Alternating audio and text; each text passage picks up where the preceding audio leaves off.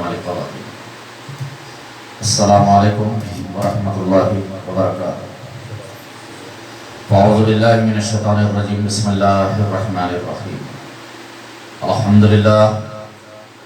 لله رب العالمين. الصلاة والسلام على رسوله محمد صلى الله عليه وسلم. وقال الله تعالى في القرآن المجيد والفرقان الحميد: إن الله مع الصابرين. صدق الله المولانا العظيم وبلغنا رسوله النبي الأمين المختار الكريم ذلك من الشاهدين الشاكرين والحمد لله رب العالمين. وقال الله تعالى في شأن حبيبه الكريم: إن الله وملائكته يصلون على النبي يا أيها الذين آمنوا صلوا عليه وسلموا تسليما. اللهم صل على سيدنا شفيعنا نبينا محمد وعلى آله وصحبه محمد وبارك وسلم.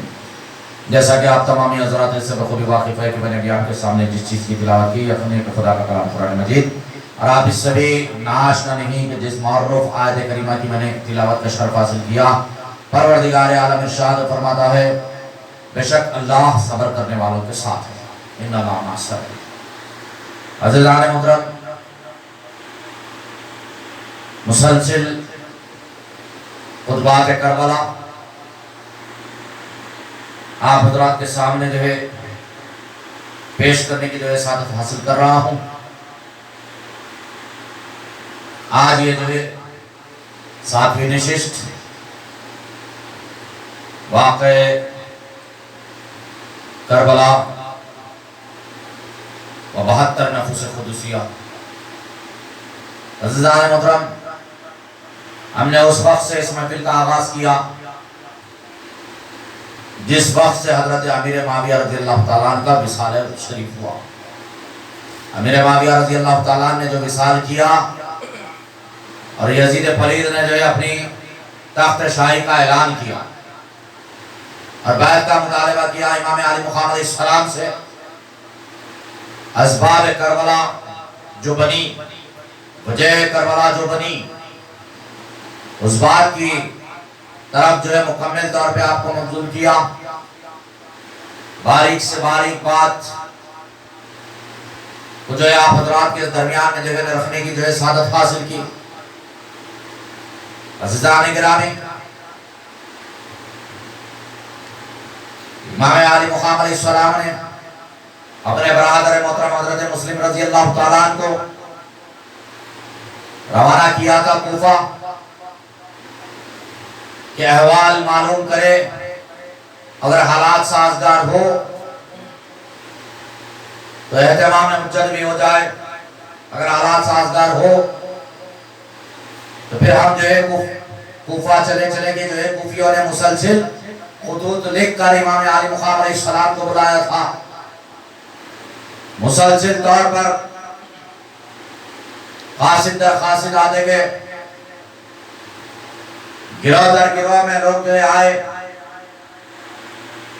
مکہ المکرمہ میں امام علی مقام علیہ السلام سے ملاقات کی اور بار بار یہی اصرار کیا امام علی مقام کوفہ تشریف لے آئے تاکہ ہم آپ کے دست ببرکت کے اوپر بیعت کریں. اس بات کی تصدیق کے لیے کہ جو ہے ان کے دل کہ واقعی میں جو ہے اسلام کی طرف مائل ہے، کیا یہ حقیقت میں یزید سے بیزار ہے.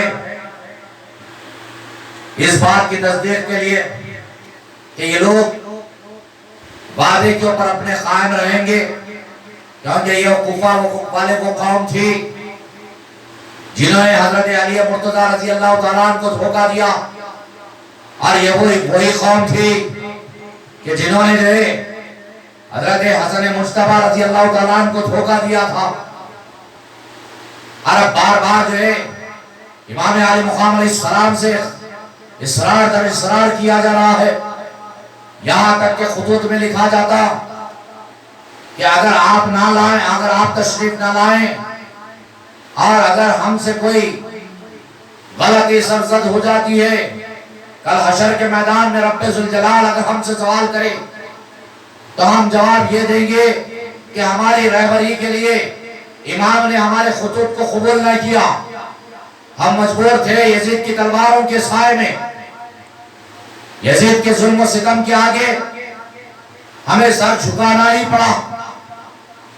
ہم کیا کرتے کہ امام اگر ہماری بات مان لیتے تو ہم امام کی اقتداء میں ہماری نماز ادا کرتے، اگر ہمارے امام اگر بات مان لیتے تو ہم امام کے بیعت کر لیتے، اگر امام تشریف لے آتے تو امام کی سرپرستی میں ہم اپنی زندگی گزارتے، امام کے اگر امام بات مان لیتے تو امام کی رہبری میں ہمارا وقت گزرتا۔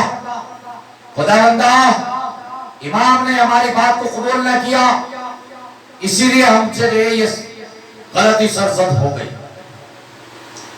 امام علی مقام علیہ السلام جب امام مسلم علیہ السلام کا خط آیا کہ آپ تشریف لے آئے، 40,000 کا لشکر، 40,000 لوگوں نے میرے دست مبارکہ کے اوپر جو ہے آپ کی بیعت کر لی ہے،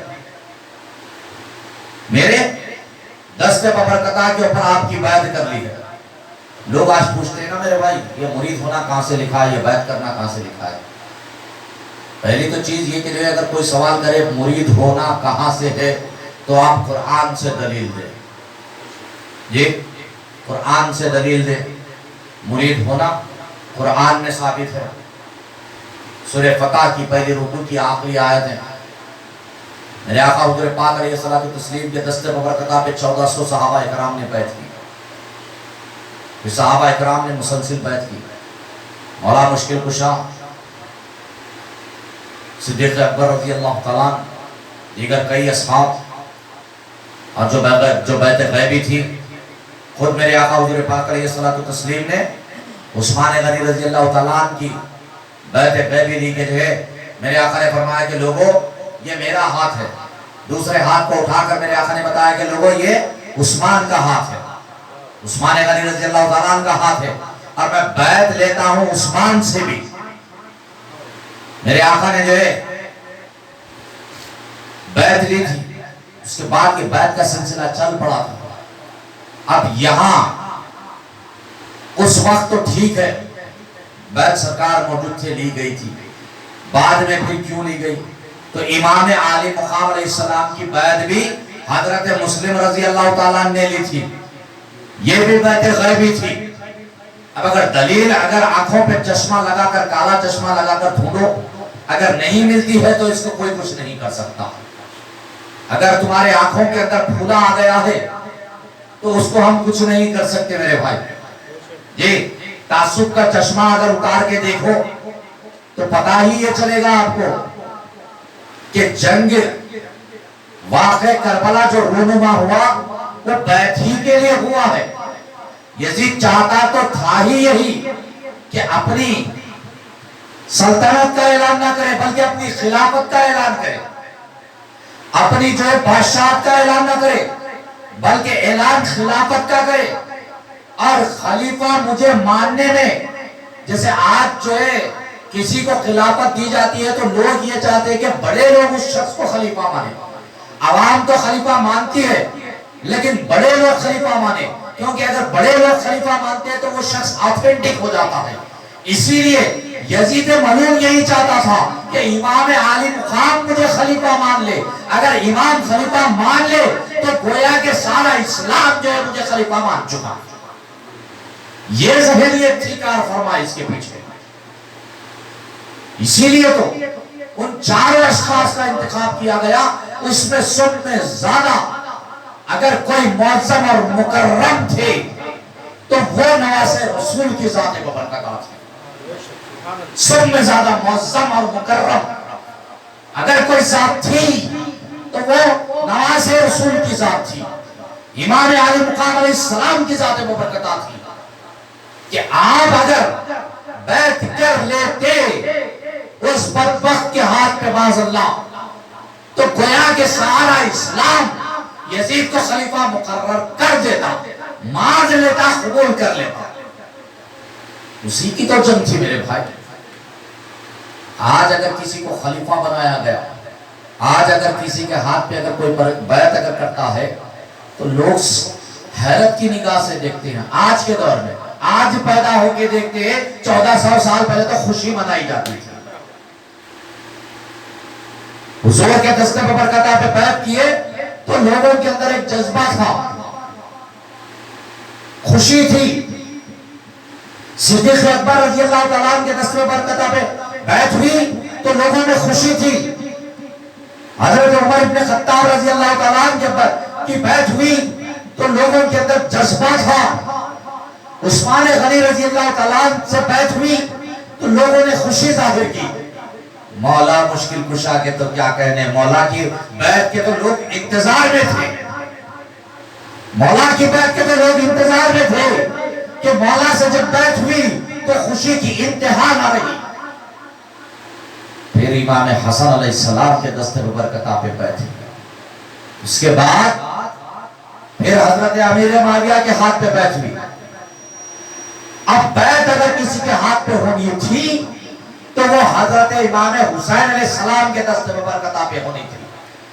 لیکن کمبختوں نے یہ کیا کہ یزید کو جو ہے تخت شاہی پہ سوار کرا دیا. یزید ملعون جو تخت شاہی کے اوپر سوار ہو گیا, یہاں خلافت کا دروازہ منقطع ہو گیا. وہ خلافت جو اسلامی خلافت تھی, طریقت کی خلافت, مولا مشکل کشا سے امام حسن, امام حسین سے اور دیگر امام جعفر طیار سے ہوتے ہوئے جو ہے حضور غوث پاک اور حضور غریب نواز تک پہنچی. وہی سلاسل جو ہے تقسیم ہوئے اور ساری کائنات میں پھیل گئی. عزیزو, بیعت ہی کچھ ہی جس کے لیے واقع کربلا رونما ہوا. یاد رکھیے عزیزان ملت, ہمارا جو مقصد ہے یہاں لوگوں کو جمع کرنا, تقریر کر کے کوئی واہوائی لوٹنا نہیں ہے. پیغام کو پہنچانا ہے, پیغام کو پہنچانا ہے. امام علی مقام علیہ السلام کی سخاوت بتانی تھی, امام علی مقام علیہ السلام کی شجاعت بتانی تھی, امام علی مقام علیہ السلام کی بہادری بتانی تھی, امام علی مقام علیہ السلام کی صبر بتانا تھا, امام علی مقام علیہ السلام کا رضا الہی بتانا تھا, امام علی مقام علیہ السلام کا محبت مصطفیٰ بتانا تھا, امام علی مقام کا جذبہ دین بتانا تھا, امام علی مقام کی وہ باتیں آپ حضرات کے گوش گزار کرنی تھی جو امام علی مقام آپ حضرات کے درمیان میں امام علی مقام علیہ السلام کا حسن سلوک رکھنا تھا. امام کی ذات کے مختلف پہلوؤں کو آپ حضرات کے درمیان میں اجاگر کر کر آپ کو یہ بتانا مقصد تھا کہ روئے زمین پہ نماز رسول سے پڑھ کر اس وقت کوئی اور مقدم ہستی نہیں تھی, اور یہ وہی ذات ہے جن کے متعلق میرے غریب نواز نے فرما دیا کہ شاہ است حسین, بادشاہ است حسین, دین است حسین, دین پناہ است حسین, سرداد نداد در دست یزید, حقا کے بنا لا الہ است حسین. یہاں تک کہ حضور میرے آقا امام علی مقام دین کی بقا ہے, دین کی بقا ہے میرے آقا. کردار ہی نہیں بتانا تھا, بتانا یہ بھی مقصد تھا کہ اگر آج دین باقی ہے تو وہ مرون منت ہے امام علی مقام علیہ السلام, جنہوں نے اپنی جان کا نذرانہ دے کر نانا کے دین کو جو ہے بچا لیا, جو بچپن میں کیا وعدہ نبھا دیا, پورا کر دیا. عزیزان ملت,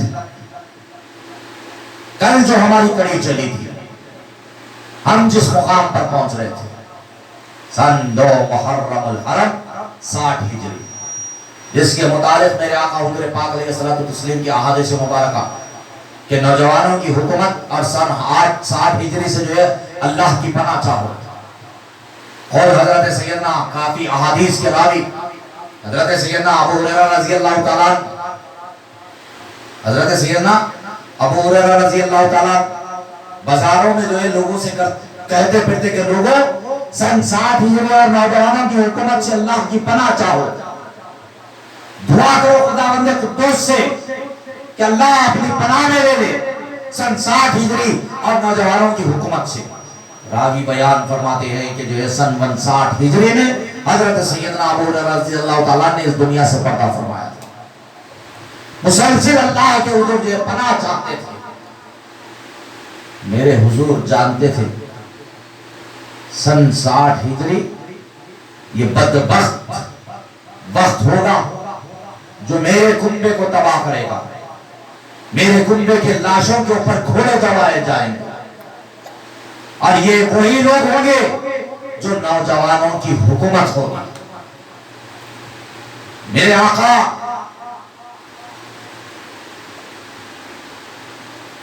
بحیات ہے بھی ظاہری طور پر، اسی وقت میرے آقا نے فرما دیا کہ 60 ہجری سے اللہ کی پناہ چاہو، نوجوانوں کی حکومت سے اللہ کی پناہ چاہو۔ یاد رکھو عزیزان ملت، اللہ تبارک و تعالی ہر لمحے کو دیکھ رہا ہے، ہمارے اس بیٹھنے کو بھی دیکھ رہا ہے، میرے اس کہنے کو بھی سن رہا ہے، آپ کے اس سننے کو بھی دیکھ اور سن رہا ہے، اور ہمارے دلوں کا جو ارادہ کہ کردار حسین ہماری زندگیوں میں آ جائے، محبت حسین ہماری زندگیوں کے اندر آ جائے، یہ جو جذبہ ہمارے اندر ہے، رب کائنات اس کو بھی دیکھ رہا ہے۔ یاد رکھیے عزیزان ملت اسلامیہ، جب یہاں سے اٹھو تو یہ ارادہ لے کر اٹھو کہ جو اللہ آخری سانس تک ہم کو غلام حسین رکھے۔ یہاں سے اٹھو تو یہ سوچ کر اٹھو کہ آخری وقت تک ہم اپنی اولادوں کی پرورش غلام حسین بنا کر کریں، اور دعا یہی کرو کہ مولا حشر میں ہمارا حساب کتاب حسین علی مقام علیہ السلام کے ساتھ ہو، حسین امام علی مقام علیہ السلام کے ساتھ ہو۔ یہی زندگی کا سب سے بڑا اثاثہ اور کامیابی ہے۔ تو پچھلے تقاریر میں نے جو آپ حضرات کو جس مقام پہ چھوڑا، سن جو ہے 60 ہجری اور 2 محرم الحرم، میرے آقا امام علیہ السلام چلتے چلتے جو ہے اس سمت پہنچ گئے جس کو جو ہے میدان کربلا کہا جاتا ہے۔ کوفہ کی جو ہے ان ہولناک فضاؤں کو دیکھ کر، اس میدان ریگزار کی سرخی کو دیکھ کر، میرے آقا امام علی مقام علیہ السلام لوگوں سے پوچھتے کہ لوگوں یہ کون سا مقام ہے؟ تو لوگوں نے عرض کی کہ امام یہ کربلا ہے۔ تو میرے آقا فرماتے ہیں کہ نہیں، یہ کربلا نہیں بلکہ یہ کربون اور بلاؤں والا مقام ہے، کربون اور بلاؤں والا مقام ہے، مصیبتوں اور پریشانیوں ہولناکیوں والا مقام ہے۔ تو آپ کے لخت جگر حضرت علی اکبر رضی اللہ تعالیٰ عنہ عرض کرتے ہیں کہ بابا جان آپ یہ کیا فرما رہے ہیں؟ تو فرمایا کہ ایک وقت جنگ صفین کے وقت آپ کے جد امجد حضرت علی مرتضیٰ رضی اللہ تعالیٰ عنہ میرے برادر حضرت حسن مجتبی رضی اللہ تعالیٰ عنہ کو جس جائے مقام کے بارے میں بتایا تھا، یہ وہی مقام تھا، اور میرے بھائی حسن نے مجھے اس مقام کے بارے میں بتایا، اور آج میں اس مقام کو دیکھ رہا ہوں، اور اس کی حیلیاں مجھے بتا رہی ہے، اس کی فضائیں مجھے بتا رہی ہے کہ جس وقت کا ہمیں انتظار تھا اب وہ مقام بالکل قریب ہے، اب وہ وقت بالکل قریب ہے۔ جس مقام کا ہمیں انتظار تھا ہم اس مقام پہ پہنچ چکے۔ یہ وہی مقام ہے جہاں ہمارے لاشوں کو بے حرمت کیا جائے گا۔ امام علی مقام علیہ السلام اپنے شہزادے حضرت علی اصغر کو اس خونی زمین کے بارے میں بات بتاتے ہیں، اس خونی زمین کے بارے میں جو ہے بتاتے ہیں عزیزان ملت۔ اب ابن زیاد کے خطوط در خطوط حر کے پاس آنے لگے، حر بن یزید تیمیمی، یزید کے ابن زیاد کے خطوط در خطوط۔ اب چونکہ یزید حر کے دل میں بھی جو ہے اہل بیت سے محبت تھی، امام علی مقام علیہ السلام کی تعظیم آپ کے دل میں تھی، محبت تو دل میں برابر تھی، لیکن یہ ابن زیاد کا خوف بھی تھا، اب اس کے حکم کی حکومت علی نہیں کر سکتے تھے، اگر حکم کی حکومت علی اگر کی جائے تو پھر سزا کا مستحق ہو جائے گا۔ عزیزان محترم، تکلیف دل میں اس بات کی ہے کہ میں نماز رسول کا راستہ روک رہا ہوں، لیکن خود اپنی ذات کا خدشہ بھی ہے، اپنی ذات کا خوف بھی ہے، دل میں جو ہے ابھی محبت، چونکہ آپ حضرات بھی جو ہے مسلسل 7 دن سے سن رہے ہیں، تو پہلے دن کی محبت میں اور آج کی محبت میں جو فرق ہے آپ خود محسوس کر سکتی ہو عزیزان ملت۔ جذبہ جو ہے آپ کے دل میں بڑھتا چلا جا رہا ہے ایمان سے محبت کا۔ پہلے دن کے نعرے میں کل کے نعروں میں آپ کے بڑا فرق رہا، کیوں؟ کیونکہ پہلے دن آپ سماعت کرنا شروع کیے تھے، کل کیا تھا؟ امام کی محبت میں یہاں بیٹھے تھے، حر کا معاملہ بھی وہاں پہ وہی تھا کہ حر جس وقت راستہ روکنے کے لیے آئے تھے صرف جذبہ دل میں تھا، محبت تھی، اب جیسے جیسے ساتھ بڑھتا گیا امام سے جو ہے لگاؤ بڑھتا چلا گیا، امام سے محبت بڑھتی چلی گئی۔ اب پہلے ڈر جو ہے ابن زیاد کا ڈر تھا، لیکن آگے یوں آپ کو پتا چلے گا کہ ابن زیاد کا خوف حر نے کیسے نکال کر پھینک دیا۔ تو عزیزان محترم، تھوڑا سا پانی پلا رہا ہے،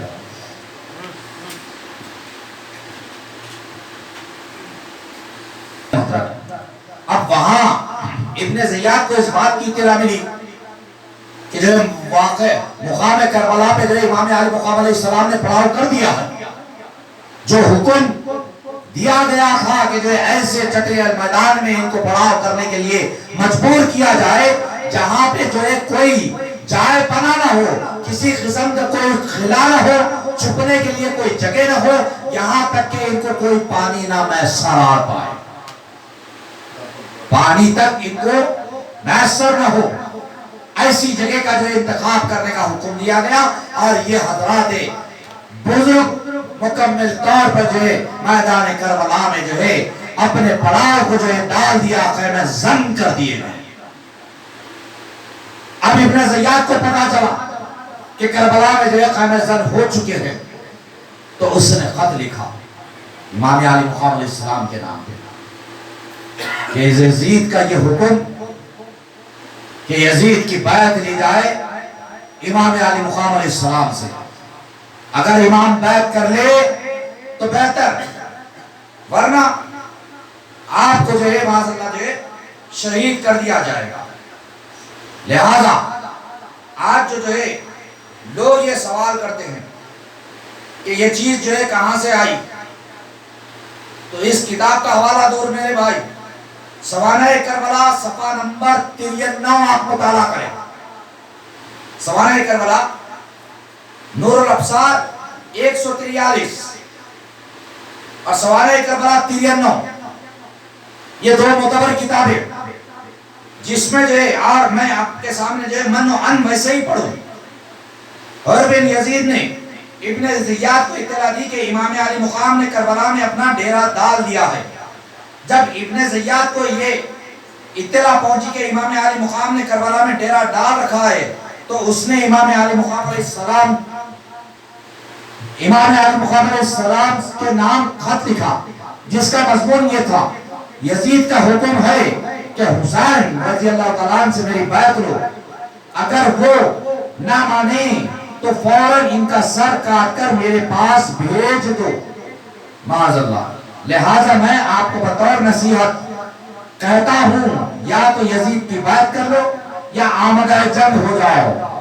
آپ نے یہ خط پڑھ کر زمین پر پھینک دیا اور قاصد کو فرمایا کہ اس کا جواب میرے پاس کچھ نہیں ہے۔ قاصد نے تمام حال ابن زیاد سے بیان کیا تو وہ مردود بڑا غضبناک ہوا۔ آج لوگ یہ پوچھتے ہیں، لوگ یہ کہتے ہیں کہ جو ہے میرے بھائی یزید کا اس میں عمل دخل کیا تھا؟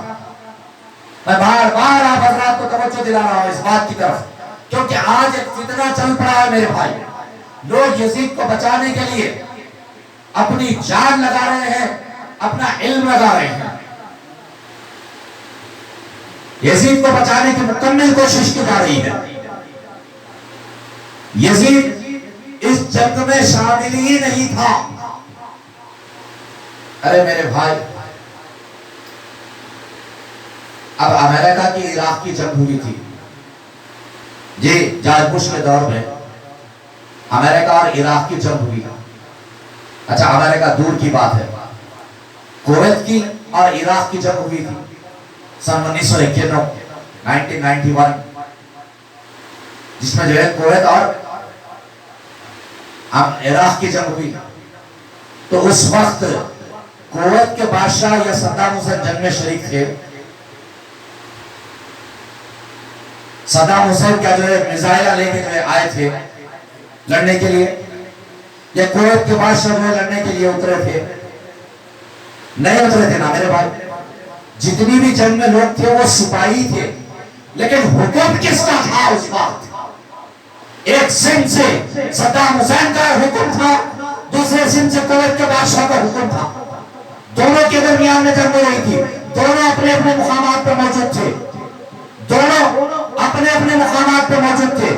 لیکن واقع کربلا میں فرق یہ ہے کہ حق کا علم لیے ہوئے خود امام علی مقام جنگ میں تھے، لیکن بدبخت جو حکم نافذ کر رہا تھا یزید، وہ ملک کے شام میں بیٹھا تھا. سمجھ پیدا کرو. اللہ نے سمجھ دی ہے، اللہ نے سمجھ دی ہے. یزید کو تلوار لے کر اس وقت میدان میں آنا ضروری نہیں تھا.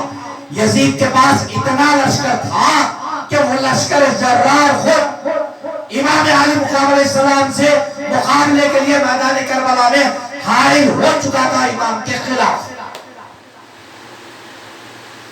صرف یزید کے احکامات کو نافذ العمل کیا جا رہا تھا. میں نے دونوں کتابوں کا آپ کے سامنے حوالہ رکھا. پتہ ہی نہیں چلتا لوگوں کے سامنے دلیل اتنی یار یہ معصوم ہے یا سامنے والے کو بے خوف سمجھ رہے ہیں. یزید کہاں تھا جنگ میں؟ بتا دو آپ، ایک دلیل ڈالو یزید کہاں تھا.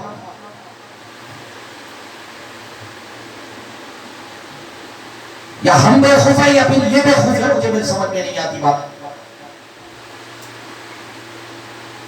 یزید ہی کو بچانے کے لیے یہ جنگ ہو رہی تھی. کوئی بات سمجھنے کے لیے کسی دلیل کی ضرورت ہوتی ہے نا میرے بھائی، کوئی ایگزامپل کی ضرورت ہوتی ہے نا آپ کو. تو دلیل میں نے آپ کو دونوں کتابوں کا حوالہ دیا اور ایگزامپل بڑا میں نے آپ کو دے کر سمجھا دیا کہ ان دو بادشاہوں کی حکومت کے لیے ان کے فوج جو لڑ کر فنا ہو گئے، ان کی فوجیں آپس میں لڑ کر فنا ہو گئی. یہاں معاملہ وہی تھا، لیکن حق کا پرچم بلند کرتے ہوئے امام علی مقام علیہ السلام بس 10 سے 20 اس میدان کارزار میں موجود تھے.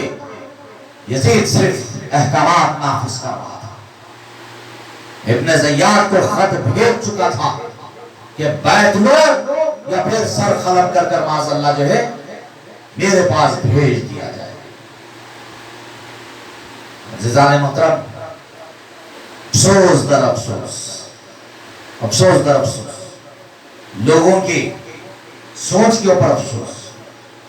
ابن زیاد نے انتہائی سرگرمی کے ساتھ تیاری شروع کر دی اور ساری اسے فوج کی قیادت لی ہے. اسے سپہ سالار کی ضرورت تھی جو لوگوں پر پوری طرح قابو پا سکے، خاندانی وجاہت میں وقار کا حاصل بھی ہو. یہ تمام خصائص عمر بن سعد جلیل القدر صحابی فاتح ایران حضرت سعد بن ابی وقاص رضی اللہ تعالیٰ عنہ کا، حضرت سعد بن ابی وقاص رضی اللہ تعالیٰ عنہ جو عشر مبشرہ میں سے، عشر مبشرہ جانتے ہو نا میرے بھائی، وہ 10 صحابہ اکرام رضوان اللہ علیہ مجمعین جن کو حضور نے جنت کی بشارت حیات ہی میں دے دی. حضور بی بی عائشہ صدیقہ رضی اللہ تعالیٰ عنہ کے مقام میں تشریف فرما ہے. حضرت ابو بکر صدیق رضی اللہ تعالیٰ تشریف لائے، سرکار نے فرمایا کہ تم جنتی ہو. سیدنا فاروق اعظم آئے، سرکار نے فرمایا کہ تم جنتی ہو. عثمان غنی رضی اللہ تعالیٰ عنہ آئے، سرکار نے فرمایا کہ تم جنتی ہو. حضرت مولانا مشکل کشا آئے، سرکار نے فرمایا کہ تم جنتی ہو. حضرت زبیر آئے، سرکار نے فرمایا کہ تم جنتی ہو. حضرت عبد الرحمن آئے، سرکار نے فرمایا کہ تم جنتی ہو. حضرت سعید آئے، سرکار نے فرمایا کہ تم جنتی ہو. اسی میں ان 10 صحابہ میں حضرت سعد بن ابی وقاص رضی اللہ تعالیٰ عنہ بھی ہے، جن کے آنے پہ سرکار نے فرمایا کہ اے سعد تم جنتی ہو. ویسے ہی حضرت طلحہ ہے، سرکار نے فرمایا کہ تم بھی جنتی ہو. زان محترم، یہی حضرت سعد بن ابی وقاص رضی اللہ تعالیٰ عنہ کا بیٹا عمر بن سعد، جو مثال دیتے ہیں نا ولی کے پیٹ میں شیطان، یہ کوئی غلط مثال نہیں ہے میرے بھائی. ارے اتنے بڑے مولانا کا، اتنے بڑے ولی کا، اتنے بڑے لوگ یہ یعنی کہ یہ اللہ والے ہیں، ان کا بیٹا ایسا کیسا؟ یہ تو صحابی کا بیٹا تھا، ولایت سے کافی بلند بالا درجہ. حضور غوث اعظم دستگیر رضی اللہ تعالیٰ عنہ فرماتے ہیں صحابہ اکرام کے گھوڑوں کی ٹانپوں کی دھول کے برابر بھی عبد القادر نہیں ہے، جبکہ خود حضور غوث ثقلین کا ارشاد ہے کہ اگلے اور پچھلے تمام ولیوں کی گردنوں کے اوپر میرا پیر ہے، اللہ نے مجھے وہ مقام عطا کیا ہے. اور یہاں میرے آقا سے بات کرواتے ہیں کہ ایک صحابی کے، اور وہ بھی سب سے کم تر درجے کے صحابی کے، گھوڑے کے ٹانپ کی دھول کے برابر بھی یہ غوث ثقلین نہیں ہے. تو پھر اس صحابی کا ہی بیٹا تھا نا. دوسرا کون تھا؟ حضرت معاویہ کا بیٹا تھا. لوگ آج دلیل دیتے ہیں صحابی تھے بلکہ حضرت معاویہ کا بیٹا یزید تھا. بھولو نہ مت میرے بھائی، یہاں سے آخر تک بات بتا رہا ہوں، کوئی بات بھولنا نہیں ہے، کیونکہ شیطان ہر راستے پہ کھڑا ہے، کسی نہ کسی راستے پہ ملے گا، دیکھے گا شیطان. کیونکہ شیطان کا کام ہی یہ ہے کہ جو راہ راست پہ ہو اس کو راستے سے ہٹائے. جو آلریڈی راستے سے ہٹے ہوئے ان کے پاس نہیں آتا، کیونکہ اس کو ضرورت نہیں ہے ان کو بھٹکانے کی، بھٹکانے کی اس کو ضرورت نہیں ہے، کیونکہ یہ خود اس کو جو اسی کے راستے پہ چلتے ہوئے دوسروں کو بھٹکاتے. تو بھٹکانے کے لیے انہی لوگوں کا راستہ تلاش کرتا ہے جو راہ راست کے اوپر ہوتے ہیں، جو سیدھے راستے پر چلتے ہیں. تو ایک تھا حضرت معاویہ کا بیٹا بدبخت، دوسرا عشر مبشرہ میں حضرت سعد بن ابی وقاص کا بیٹا عمر بن سعد، جس کو لالچ تھی، جس کے دل میں لالچ تھی.